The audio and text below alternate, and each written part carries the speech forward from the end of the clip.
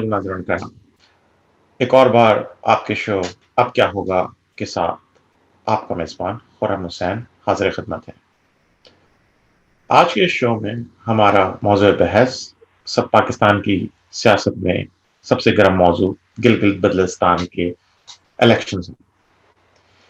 ان elections میں کیا محرکات ہیں، کون سی پارٹی جیت رہی ہے اور اس کے رزلٹ کے اثرات پاکستانی سیاست پاکستان مرتب ہوں گے، ان سب کے جائزے کے لیے ہمارے ساتھ ایک اور بار پھر ایمبیسڈر جمیل احمد خان صاحب موجود ہیں۔ Ambassador Jamil, welcome to the show once again. Thank you. This is a very important topic from my perspective. Gilgit-Baltistan election is not only an election of 1.3 million people, but it is a very sensitive area, and it has become hypersensitive after the CPEC and after the BRI, and after all the interest what United States is taking in India and the entire regional politics. So this election, I don't really view it only as an election, because from the election point of view, only 1.3 million people, not a big deal, and 23 seats, not a big deal. But you might have noticed that during the election campaign, ہم نے اس پہ programme بھی کیا تھا اس سے پہلے کہ بلتستان میں کہ اس کو صوبہ بنایا جا رہا ہے۔ ایک طریقے سے یہ شو ہمارا ایک اس کا سیکوئل ہی ہوگا۔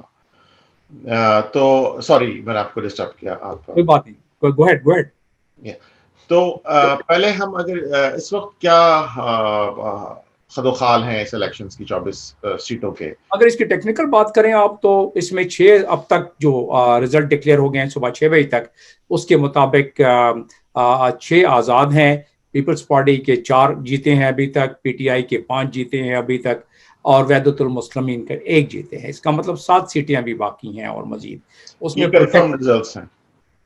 جی ہاں، اس میں پروجیکشن جو ہے وہ اس کے مطابق پی ٹی آئی لیڈ لے جائے گی، اور ویسے بھی پی ٹی آئی اگر 5 پہ ہی رہے اس وقت، اور باقی سیٹیں جس طرح میں نے بتائی ہیں کہ 6 آزاد اور 4 پیپلز پارٹی کی، تو پی ٹی آئی پھر بھی کیونکہ حکومت وقت جو ہوتی ہے اس کے ساتھ ہمیشہ زیادہ تر آزاد امیدوار جاتے ہیں، اور آزاد امیدوار لڑتے ہی آزاد اس لیے ہیں کہ وہ اپنے اچھے خاصے مفاد کے بعد اپنے علاقے کے مفاد کے لیے، اپنے مفاد کے لیے پھر بعد میں وہ سودا کر کے اور چلے جاتے ہیں حکومت وقت کے ساتھ۔ اور ویسے بھی گلگت بلتستان میں کیونکہ میں کافی عرصہ میں نے وہاں ڈپلائمنٹ میری رہی ہے، جب میں فوج میں کس زمانے میں ہوا کرتا تھا، تو وہاں مجھے علم ہے وہاں کے لوگوں کا، وہاں کے لوگوں کے اپنے پرابلمس ہیں، جو آدمی وہاں کے پرابلم سالو کر دے وہ وہاں اس کے ساتھ زیادہ وہ کمفرٹیبل فیل کرتے ہیں۔ لیکن وہاں جو اب سیاسی ایک سمجھ بوجھ اور مزید بڑھ گئی ہے، تو اس میں صوبے کے لحاظ سے بھی وہ کہتے ہیں کہ صوبہ دینا ہے تو ہمیں اس قسم کا دیں جس طرح کے باقی صوبے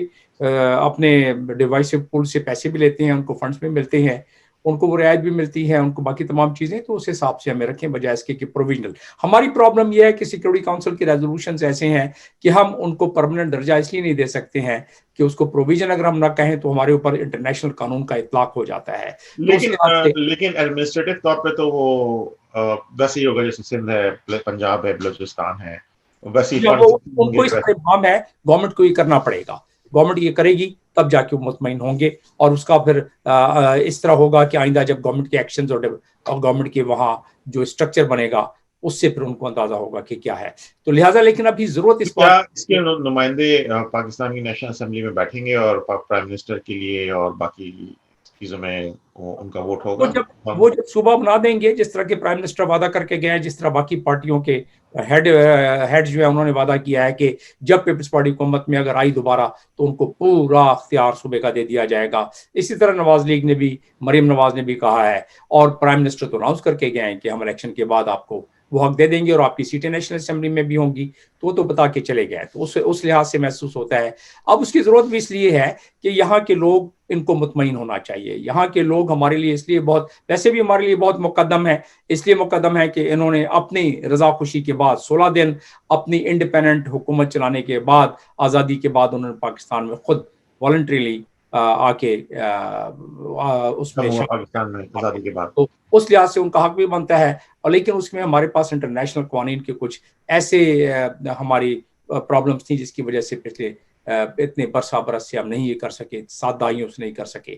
لیکن جب انڈیا نے یہ کر لیا اپنے طرف تو ہمارے پاس بھی کوئی اور ہمیں بھی کرنا مجبوراً ہماری مجبوری بن گئی. اس کے کچھ محرکات بھی ہیں آگے جا کے انٹرنیشنل تو کمیونٹی کیا ان الیکشنز کے بعد جو بھی صوبائی پارلیمنٹ وجود میں آئے گی گلگت بلتستان کی، جس کا وجود اس سے پہلے نہیں تھا؟ جی ہاں بالکل.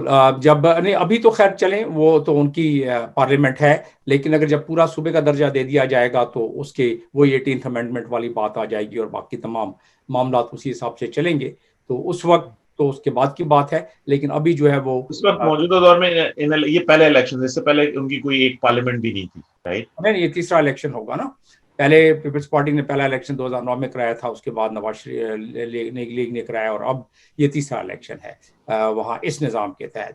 کیونکہ انہوں نے اس وقت پہلی بار کون سی گورنمنٹ جیتی، کس پارٹی نے گورنمنٹ بنائی، دوسری بار پہلی دفعہ پیپلز پارٹی کی گورنمنٹ جیتی، دوسری دفعہ نواز لیگ کی گورنمنٹ جیتی، اور تیسری دفعہ بھی نظر آ رہا ہے جس کی اسلام آباد میں جس کی وفاقی گورنمنٹ تھی اسی نے وہاں پہ الیکشن جیت کے اپنی گورنمنٹ. ہاں وہی وجوہات جو اس کا میں نے بھی آپ کو بتایا. اسی طرح جب ہمارے پاس فاٹا ہوتا تھا، جب وہ کے پی میں ضم نہیں ہوا تھا، تو فاٹا کے جتنے آزاد ممبر ہوتے تھے وہ آٹومیٹکلی حکومت وقت کے ساتھ مل جاتے تھے، اس لیے کہ انہیں اپنے علاقوں میں اپنے مفاد کی بھی ضرورت ہوتی تھی اور اپنے علاقے میں جا کے ان کو کرنا بھی پڑتا تھا. تو یہ پروویژن صوبہ اس الیکشنز کے بعد کوئی پارلیمنٹ میں اسلام آباد نیشنل پارلیمنٹ میں قرارداد آئے گی جس کے تحت اس کو صوبہ بنا دیا جائے گا؟ یہ کس طرح ہوگا؟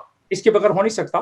پارلیمنٹ میں 2/3 میجورٹی کے ساتھ جب تک کہ یہ پاس نہیں ہوگا اس وقت تک نیا صوبہ نہیں بن سکتا. تو اس لحاظ سے یہ اس کے بعد جو ان سے وعدہ کیا گیا ہے، میرا خیال وعدہ پورا کیا جائے گا. اس کا ایک جو سامنے مجھے ڈپلومیٹک انداز میں ایک تھوڑی سی مجھے ایک خدشہ ہوتا ہے، وہ یہ کہ ورلڈ کمیونٹی سیکورٹی کاؤنسل پھر بہت زیادہ ریلیکس ہو جائے گی. پہلے ہی ریلیکس ہے، 70 سالوں سے انہوں نے کچھ نہیں کیا ہے. تقریباً 11 سیکورٹی کاؤنسل ریزولوشن ابھی تک پاس ہو چکے ہیں کشمیر کے مسئلے کو حل کرنے کے لیے، جس میں گلگت بلتستان کا معاملہ شامل ہے، پلیبیسائٹ کا یعنی حق خود ارادیت کا. لیکن اب اس کے بعد محسوس ہوتا ہے کہ ورلڈ کمیونٹی کہے گی کہ بھائی ٹھیک ہے، ادھر 370 انہوں نے کر لیا ہے، ادھر انہوں نے کر لیا ہے، پاکستان نے تو اب آرام سے بیٹھ جاؤ اور ان کو بس یہی کہو کہ اپنا جو جہاں بیٹھ گیا ہے بس ٹھیک ہے. اس قسم کی حرکت مجھے آگے نظر آ رہی ہے سیکورٹی کاؤنسل کی طرف سے، امریکہ کی طرف سے اور باقی بڑے ملکوں کی طرف سے. تو وہ ایک اس میں وہ تو ایک الگ مسئلہ ہے. شاید پاکستان کا بھی کشمیر اگر لینا ہوگا تو آذربائیجان کی طرح، جیسے آذربائیجان نے آپ کبھی اس پر پروگرام کریں تو میں آپ کو بتا دوں گا کہ آذربائیجان نے ہمارا کیا اگلا پروگرام ہم انشاءاللہ اسی پہ کریں گے. تو گلگت بلتستان کے الیکشنز میں ہم امید کرتے ہیں کہ وہ پاکستان کا ایک مستقل صوبہ بنے گا اور بہتر طور پہ ایڈمنسٹریشن ہو سکے گی. ہمارا اس شو کو ختم کرنے سے پہلے جمیل احمد خان صاحب کوئی آخری الفاظ اس سلسلے میں؟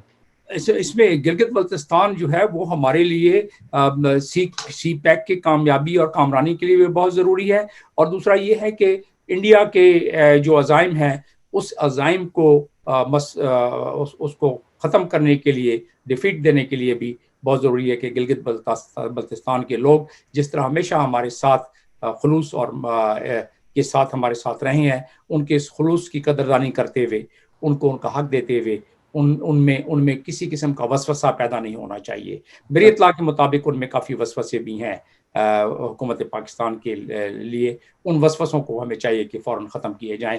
اور یہ الیکشن جو ہے، جو ابھی تھوڑی سی آ کے ڈویژن اس نے پیدا کی ہے، ہمیں چاہیے کہ حکومت اپنی کوششوں اور جو باقی ہمارے اپوزیشن پارٹیز ہیں اپنی کوششوں سے کوشش کریں کہ اس میں پرماننٹ نہ ہوں اور یہ الیکشن کے بعد ختم ہو جائیں جلدی.